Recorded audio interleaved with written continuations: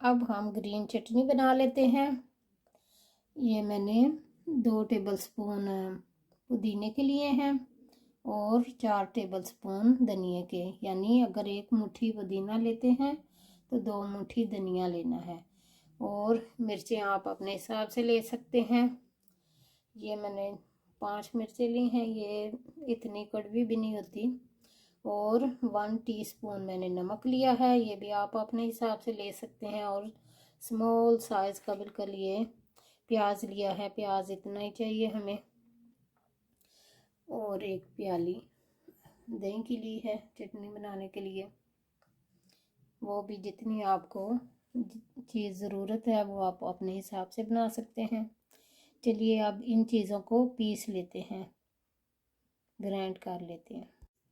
मिर्चों को और प्याज को मैंने काट कर इधर जार में डाल दिया और थोड़ा सा पानी डालकर इसको मैं ग्राइंड कर लूँगी।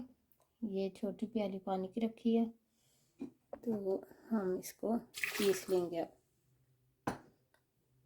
धनिया भी मैंने शामिल कर दिया और पुदीना भी, और इसको हम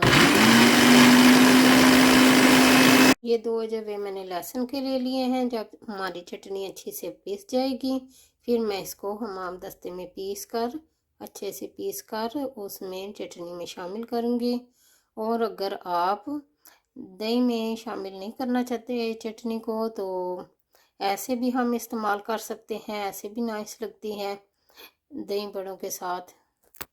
बिल्कुल अच्छे से पीस लूँगी कि बिल्कुल ही जब हम उधर दही में मिक्स करें तो ये ज़रा वगैरह इनका नज़र ना आए, बिल्कुल ही पेस्ट बना लेंगे। पीस कर शामिल कर दिया और अब ये चटनी भी देखिए कितना खूबसूरत कलर है। ये